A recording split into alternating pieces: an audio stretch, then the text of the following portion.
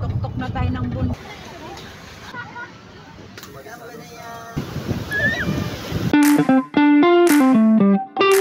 At yun nga po mga ma'am and sir, welcome back sa ating vlog. Balik vlog na naman tayo at ngayong araw nga po isinama kami ng kamag-anak ng asawa ko upang mag-outing. Biglaan nga po kami naya kaya pagising ko ay nag-ready kami kagad. At yun nga po na dumating na yung aming service kaya ready to go na kami. Kaya tuloy ang ating biglaang outing.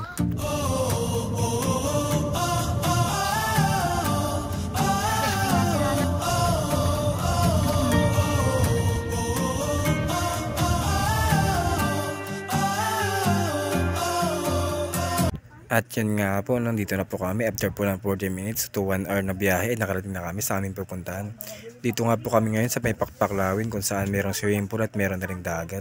Kaya maraming salamat po kila Lulubal at Lula Sara dahil sinama nila kami sa outing nila. Kaya dito sa entrance ay binibilang muna nila kung ilan kami para sa entrance fee. At ito nga kasama naman yung aso nila na si Muli. Kaya habang naghihintay, tamang tingin tayo sa paligid. At after nga makapag-entrance ay nagdiretso na kami sa aming cottage. Dito nga ay nagkaubusan ng cottage kaya yung napili namin ay dito sa pinakalikod. Nang una ay nagdalawang isip pa kung ito ba kukunin ng cottage o yung sa kabila. Pero napagkasunduan pa rin na ito yung kunin dahil malilim dito dahil may mga puno. At saktong-saktong nga ito dahil yung puno na yan ay pagkakabitan natin may nanduyan. Dahil sa mga oras nga po na ito ay tulog na si Aiki na buhat-buhat ko. At dito nga ay nagtulong muna ako sa pagbubuhat ng mga gamit namin at si Aira muna yung nagbuhat sa anak namin dahil tulog na rin siya. At mamaya ay kakabit ko ng duyan niya tapos namin magbuhat ng mga gamit. After nga matapos ang mga gamit dito ay nakabit ko na pala yung duyan niya Aiki. At dito masarap-sarap na yung tulog niya. Nakapang-police uniform pa. Pagkatapos nga po nito ay nagdiretso na ako sa may ihawan dahil nauna na sila Aira at yung kapatid niya si Buboy. Para mag-ihawan ng mga hotdog at mga pork chop na dala-dala. Para sa panangalian ay may makain kami mamaya.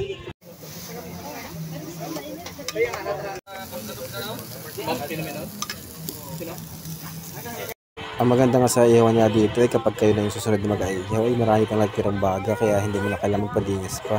At dito nga ay marami rin nag-ihaw ng mga bisita na Pakpaklawin. After nga namin kumain ay kunting pahinga lang, hindi diretso namin sa may dagat upang paliguan si Aiki. Dahil alam nga namin na gustong-gusto agad ni Aiki ang tubig dahil kapag minakita siyang tubig ay ganito na yung mga reaction niya. Sobrang saya niya na nga at may pangiti-ngiti pa habang nakatingin sa tubig. At ito nga yung unang ligo niya sa dagat after ng birthday niya. Reaction nyo. Ah!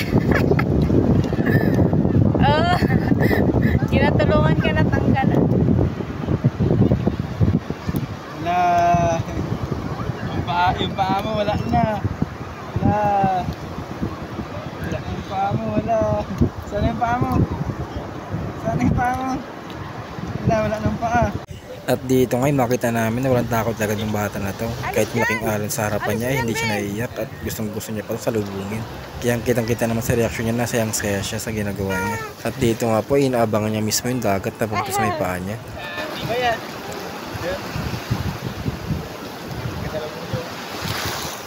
Yay! Aike!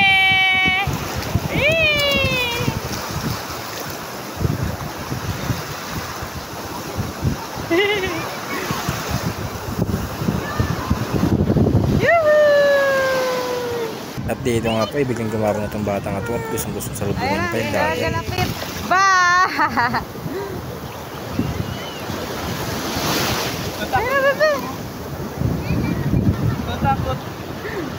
At dito nga po mga mamisira hindi na siya nakatiis. Paglapag ko pa lang gumapang na ako agad pa abante sa dagat at gusto salubungan yung alon.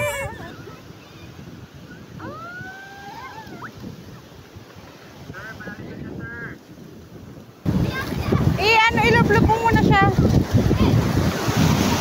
Yoo-hoo!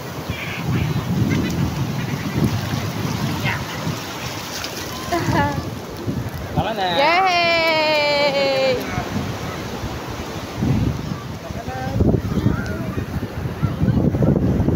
At after na yung maligo ay ganito yung sitwasyon ng dalawang to. Hindi pong parang pagod na pagod silang dalawa habang nanonood ng kukumelon.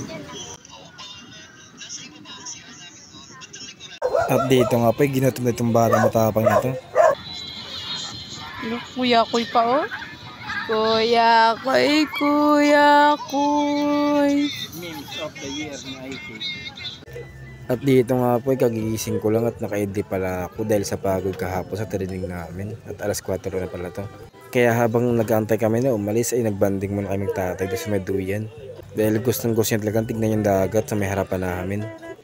At yun nga po mga mamisyo, kung nakaabot po sa dulo ng video natin ay maraming salamat po. Dahil binigyan nyo ba ng oras na panoorin yung ating video at sa akin ay malaking bagay na yun. Kaya sana po patuloy nyo suportahan yung ating page at yung ating mga ginagawang video. Dahil sa tulong nyo po ay marami tayong magagawa balang araw. Dahil isa po sa mga goal ko sa page na to ay makatulong tayo balang araw sa ibang tao. At mangyayari nga po lahat yun dahil sa tulong nyo. At yun lang po, maraming salamat.